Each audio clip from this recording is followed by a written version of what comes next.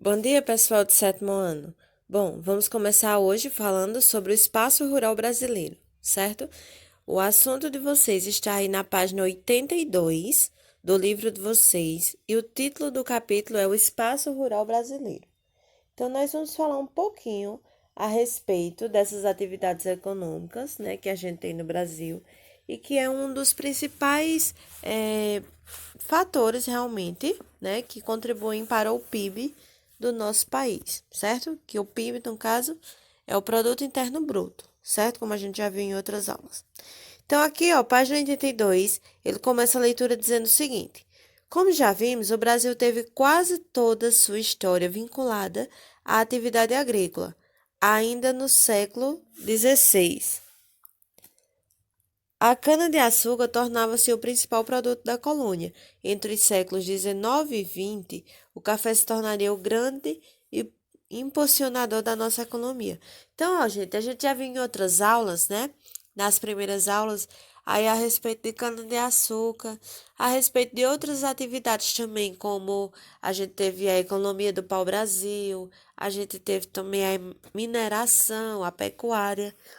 Então, a partir do século XIX, a gente teve realmente a economia do café, que foi a economia que praticamente integrou, né, todos os territórios, porque a gente tinha ali concentrada na região sudeste, mas foi uma das economias principais para manter o nosso país a partir do século XIX, até a chegada da indústria, tá? Aí a gente viu aqui, ó. O desenvolvimento da atividade agropecuária associada à indústria, em conjunto com uma soma de fatores naturais no final do século XX, fez a ONU afirmar que nossos países reúnem as condições fundamentais para se tornar o maior produtor mundial de alimentos. Então, olha, quando a gente fala, né, que a ONU ela reuniu aí as condições fundamentais para se tornar o maior produtor mundial de alimentos, é porque realmente a gente vive, né, da agricultura, tá? Além da indústria, claro. Mas a gente produz realmente para exportação, tá? Para venda realmente em outros países, os nossos produtos agrícolas. Quando ele fala a gente está fazendo a junção das duas atividades. A agricultura, que no caso é o cultivo aí de alimentos, e também a pecuária, que é a criação de animais a fim do consumo, certo? Então, não é, por exemplo, criação de animal doméstico, claro que não é pecuária, né? A pecuária é a criação aí de bovinos, suínos, caprinos e assim por diante. Aí a gente vai ter aqui, ó. Nesse capítulo, estudaremos as transformações por que passou a agropecuária, suas principais características e as promessas para o futuro desse setor no Brasil. Aí aqui, de fato, a gente vai começar a falar um pouquinho sobre todo o contexto histórico até a gente chegar na forma de agricultura que a gente tem hoje, né? Que é uma agricultura mais modernizada. Aí aqui ele começa dizendo o seguinte: durante mais de 4 séculos, até os anos 1930, quando se acelerou nossa industrialização, a agricultura foi a principal atividade econômica desenvolvida no Brasil. Com o desenvolvimento da industrialização nas últimas décadas do século XX, esse setor passou por profundas transformações, tornando-se importante para a economia brasileira. No entanto, toda essa modernização contrasta com um alto nível de concentração de terras nas mãos de poucas pessoas, que permanece quase inalterada desde o período colonial. Então, a gente vai entender, gente, bem direitinho essa questão aí da concentração de terras quando a gente estiver estudando estrutura fundiária, tá? A gente vai estudar estrutura fundiária ainda nesse capítulo, então a gente vai entender por que tem terras, né, concentradas nas mãos de poucos, né, enquanto muitos continuam aí ou sem terra, ou então trabalhando em terras alheias, tá certo? Aí aqui ele continua dizendo o seguinte, ó. No entanto, toda essa modernização contrasta com um nível altíssimo. Esse nível altíssimo é justamente essa concentração na mão de poucos. A gente tem muitas terras na mão de poucas pessoas, ok? Aí aqui continua dizendo o seguinte, ó. no segundo parágrafo aí da agricultura brasileira. No entanto, toda essa modernização contrasta com um nível altíssimo de concentração de terras nas mãos de poucas pessoas, que permanece quase inalterada desde o período colonial, ou seja, desde que começou realmente a ter atividades econômicas aqui no Brasil, que a gente tem uma desigualdade social muito grande. Então, isso reflete também nas atividades econômicas que a gente tem no campo, ok? Por isso que ele fala aí inalterada desde o período colonial, ou seja, desde que éramos colônia de Portugal, certo? Aí, além disso, nunca promovemos uma reforma agrária, isto é, uma distribuição de terras, tampouco utilizamos um modelo de agricultura que respeite a natureza. Isso também a gente vai entender depois de estudar a estrutura fundiária, a gente vai ver o que é essa reforma agrária, que é realmente a redistribuição ou a redemocratização de terras, que no caso é dividir as terras aí para quem não tem, tá certo? A gente vai entender por que a reforma agrária ela não acontece aqui no Brasil e todo o processo, né, que leva ela a ser uma das principais medidas que, no caso, precisam acontecer aqui no nosso país e ainda não aconteceu, certo? Aí aqui, continua. Ó. O modelo de plantation, latifúndio monocultor voltado para a exportação com predomínio de mão de obra escrava, foi introduzido no Brasil pelos portugueses no início do período colonial. Gente, o plantation, no caso, é o sistema que utiliza aí, ó, grandes propriedades de terra, que no caso são os latifúndios, certo? Latifúndios são grandes propriedades. Aí, monocultor, plantar apenas um tipo de cultura. Ou seja, você vai plantar só aquilo porque você precisa vender aquilo, precisa exportar, tá certo? Então, por isso que ele diz, ó, voltado para exportação. Então, o sistema plantation, ele tem essas três características, ó. O latifúndio, a monocultura, que é plantar uma única cultura, e a mão de obra escrava, certo? Então, ó, a gente ainda tem no caso, trabalho escravo aqui no Brasil, infelizmente, certo? Aí continua dizendo o seguinte, ó.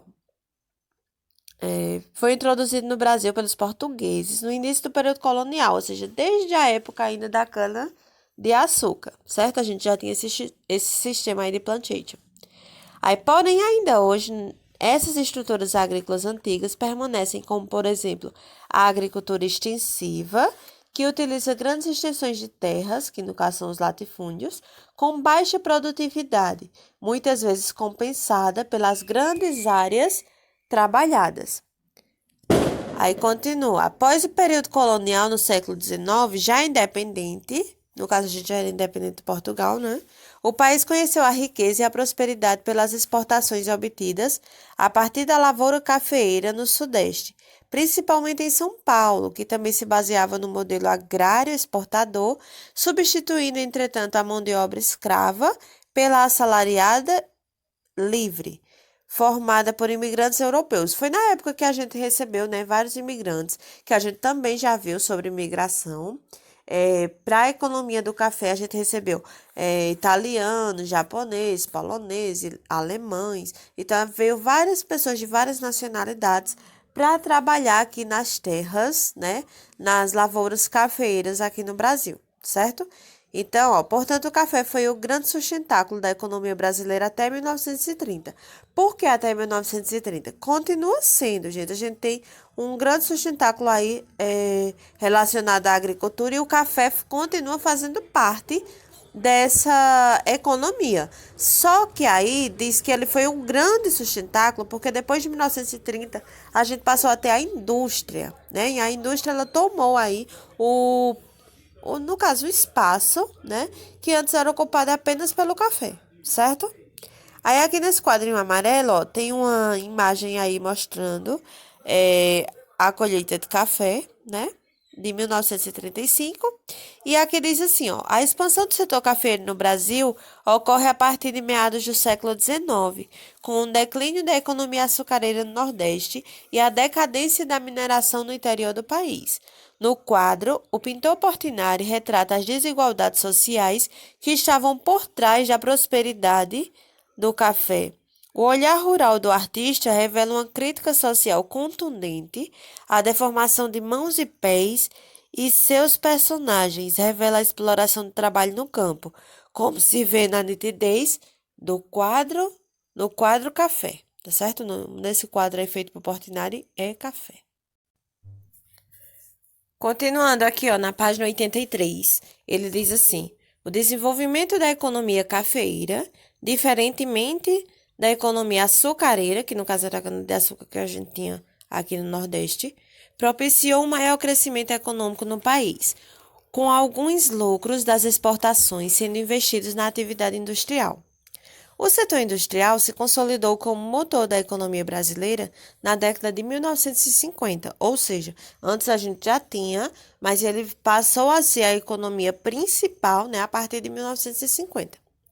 E provocou mudanças tão profundas no campo que o tornou cada vez mais dependente da indústria e dos interesses econômicos, transformando-os num ramo da atividade industrial.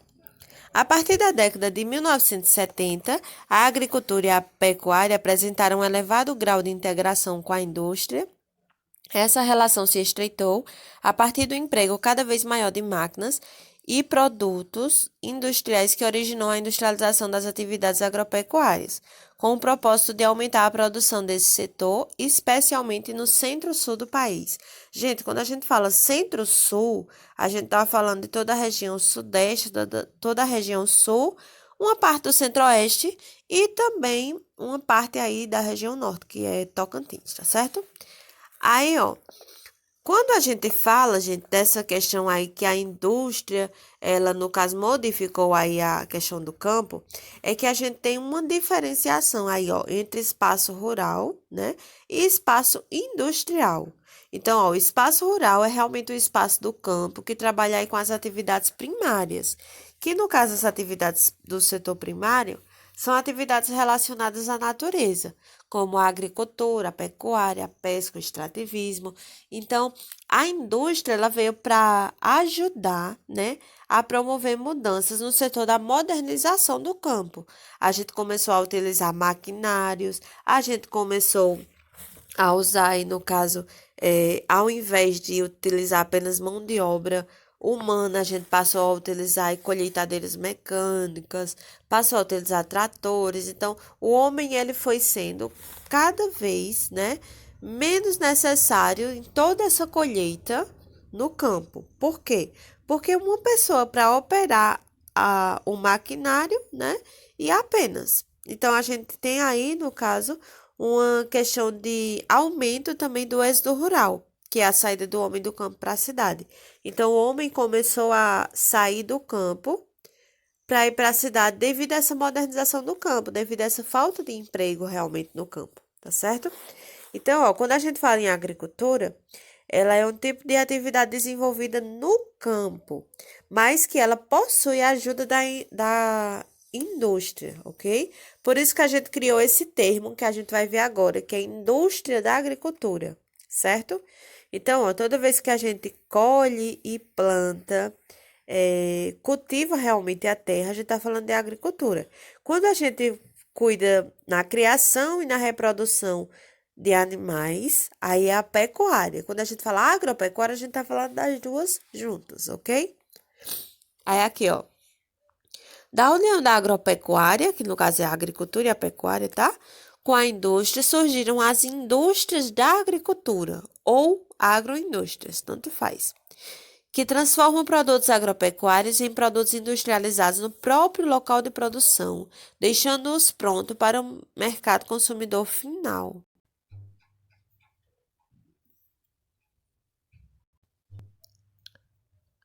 Ó, na imagem abaixo, nós temos aí, ó, no Brasil e na maioria dos países na América Latina em geral, o acesso à terra foi negado às populações mais pobres.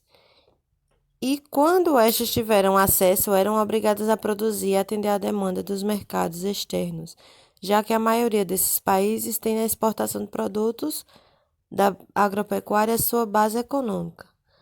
Aí, gente, ó, na próxima aula a gente vai estar vendo aí sobre a expansão da monocultura e exportação, certo?